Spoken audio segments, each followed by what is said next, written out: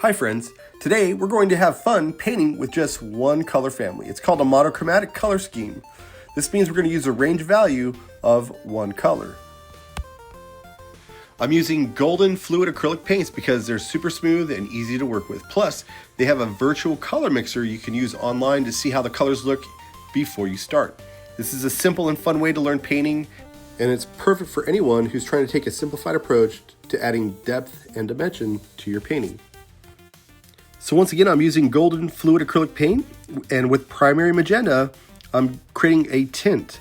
So you can see I'm down to the 1 part red to 10 parts white, and I'm establishing a light base color first. One tip with the paintbrush is when I am painting these edges, you're gonna see how I slow down and then I just draw a line with my paintbrush. So when I'm going around my edges, I don't want to keep lifting up the paintbrush. I just want to set the paintbrush down on the paper, and just like I would draw a line with a pencil, just drawing a line with my paintbrush. So you get nice clean edges. So you'll also notice by using our lightest color first, we're creating a tint, which increases the opacity of the paint. So as you can see, we can't really see any of this background showing through that pink paint anymore. I'm now going to take a small amount of that color mix, the tint, and I'm going to add some red to it. So now I'm going to start going darker in value. And this is going to create the shading. And as you know, when you add value, it adds depth and dimension to your artwork. So this is called our monochromatic color scheme. It's a range of value of one color. So we're just using the primary magenta with white, and then I'm mixing more of the red into the tint, as you can see here, to make it a little bit darker and a little bit darker to build up the value. So as the artist, I decided that the light source was going to be on the left-hand side, so that way the shading would be on the right-hand side. And as you can see, these pigments look amazing. This is really what I would call Gucci art supplies here with the golden fluid acrylics. They really are amazing, and they lay down flat on the canvas. I really cannot say enough about how awesome these are. For this color mix, I'm doing 1 part phthalo green with the blue shade phthalo green, and there's also the primary yellow. Then mixing white into it. So once again, this is a monochromatic color scheme. So I created the color green that I wanted, more of a yellow green. And then once again, I'm starting off with more of that 1:10 ratio, very light. Once again, we've increased the opacity because we added the white paint to it. And now that we've established that ground, we're gonna go ahead once again with the green and start adding a little bit more green into the color mix. So this approach that we're taking today using the monochromatic color scheme is we're actually working in layers. So this first layer is about a 1:10 ratio. So 1 part color to 10 parts white to create a tint. And once again, because we've increased the opacity, it's creating a ground. So basically it's eliminating the background that's behind it, right? So we can't see that drip effect or the gray ground that's behind that. So I am mixing while the paint is still wet, so that lighter tint is actually still wet on my canvas, and that's going to allow me to blend the shading in. So I'll be creating a gradation of value at that point. Also going back and adding a little bit more white to my tint, adding some little highlights here. I'm also going to use this to create little highlights on the drips below. Then now I'm just going to kind of work on creating this color gradation. Okay, next up, I'm going back and adding some more white into my primary magenta tint. So I'm making it even lighter.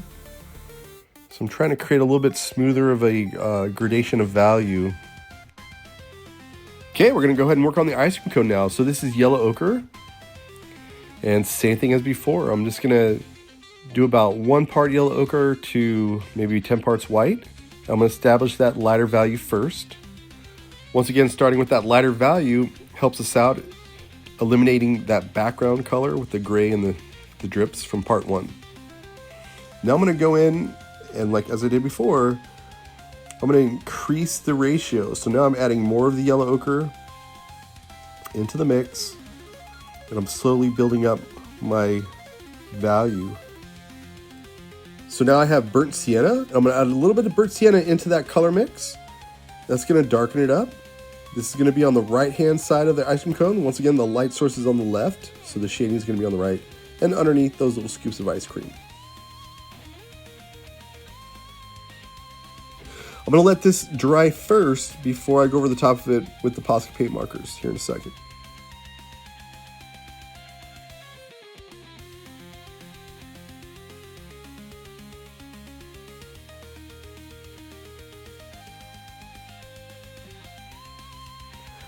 With the phthalo green, I'm going to go in and add a little bit more value. I'm going to blend that in as well. This is just a white Posca paint marker, painting in the highlights. So to do these lines across the ice cream cone, that's ivory, which is actually light yellow. And then this is brown. So light yellow and brown. So if you don't have Posca paint markers, you'd want to mix light yellow and brown to achieve that same effect. For the eyes, I'm using ultramarine blue and titanium white. Once again, starting off with a lighter value first and then building up the value just by adding a little bit more blue. Went back in with a little bit more white to lighten up the tinted areas. I'm going to use coral pink, red, and white to color in this cherry. So I'm doing the coral pink also on the tongue. I'm using fuchsia for the shadow inside of the mouth. So even with these Posca paint markers, you can establish that same approach of starting with the lighter value first and working darker, or you could work it the opposite way around. You can also go from dark to light. Oftentimes with Poscas, I actually kind of go back and forth at times just to get the color gradations I'm looking for. I use them a little bit more in a painterly manner.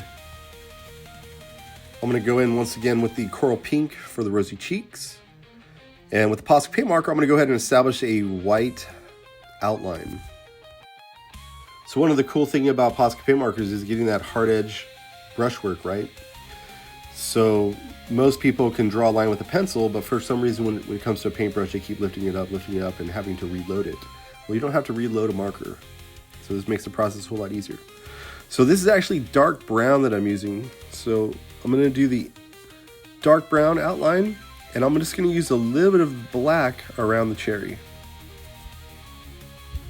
It's also pretty cool to see how these golden acrylics look with the Posca paint markers. I'd have to say they don't clash at all. They actually go pretty well together.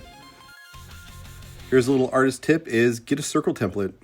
This works out beautifully for these kawaii style eyes, especially with those two white dots on the inside as well. Really cleans up your shapes.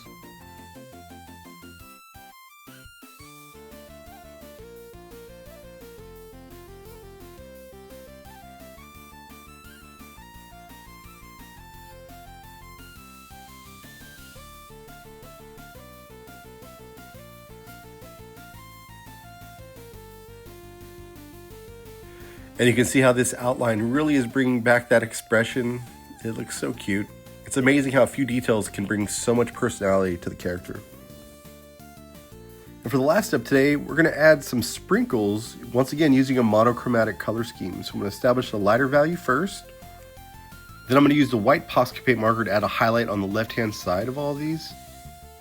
So for yellow, I had ivory and yellow. For blue, I had light blue and dark blue. For red, I had coral pink and dark red. For green, I used robin green and emerald green. So in review, a monochromatic color scheme is a range of value of one color. And you can see how simplistic this approach is, but how dynamic the effect was. Well, I hope you enjoyed learning how to paint using a monochromatic color scheme and had fun experimenting with the different shades. And if you like this video, don't forget to give it a thumbs up, subscribe, and hit the bell so you won't miss any of my upcoming tutorials.